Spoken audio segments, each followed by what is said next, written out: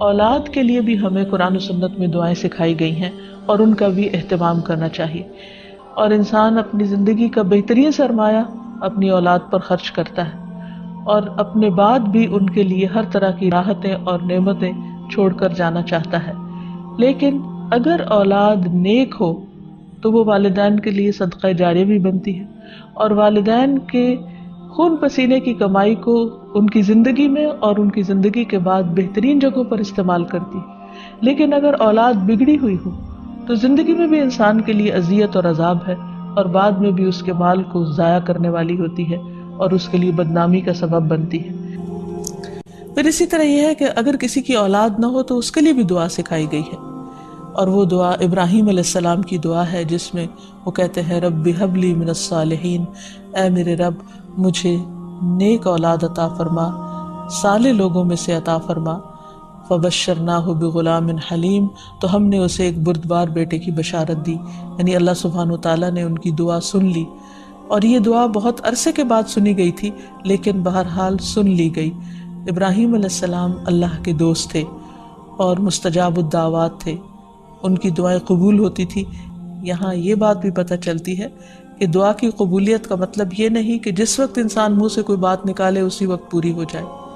اس کی پورے ہونے میں بعض اوقات کئی سال گزر سکتے ہیں، جیسے ہم دیکھتے ہیں یوسف علیہ السلام کے واقعے میں، ابراہیم علیہ السلام اور دیگر پیغمبروں کے سلسلے میں. اور پھر ہم اس بارے میں یہ بھی دیکھتے ہیں کہ جس طرح ابراہیم علیہ السلام کی دعائیں قبول ہوئی تو انہوں نے اپنے رب کا اس پر شکر بھی ادا کیا اور فرمایا الحمدللہ الذی وہب لی علی الکبر اسماعیل و اسحاق ان ربی لسمیع الدعاء، کہ اللہ کا شکر ہے جس نے مجھے بڑھاپے میں اسماعیل اور اسحاق جیسی اولاد دی، بلا شبہ میرا پروردگار دعائیں سننے والا ہے. اس لیے اولاد کی طرف سے کبھی بھی مایوس نہیں ہونا چاہیے، نہ ہونے کی شکل میں بھی اور ہونے کے بعد ان کی نیکی اور خیر اور بھلائی کے سلسلے میں بھی. اور اس میں ہم دیکھتے ہیں کہ زکریا علیہ السلام کی بھی اولاد نہیں تھی تو وہ بھی بڑھاپے تک مایوس نہیں ہوئے اور دعا مانگتے رہے.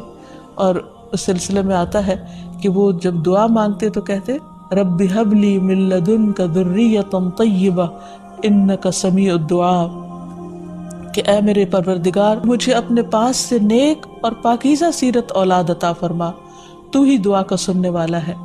یعنی پیغمبر ہمیشہ صرف اولاد کی دعا نہیں کرتے بلکہ نیک اولاد کی دعا کرتے ہیں. نبی صلی اللہ علیہ وسلم حضرت حسن اور حسین کو اپنے پھول کہا کرتے تھے کہ یہ دونوں میری دنیا کے پھول ہیں. ایک اور حدیث سے ہمیں پتہ چلتا ہے کہ اولاد انسان کی بہترین کمائی ہے.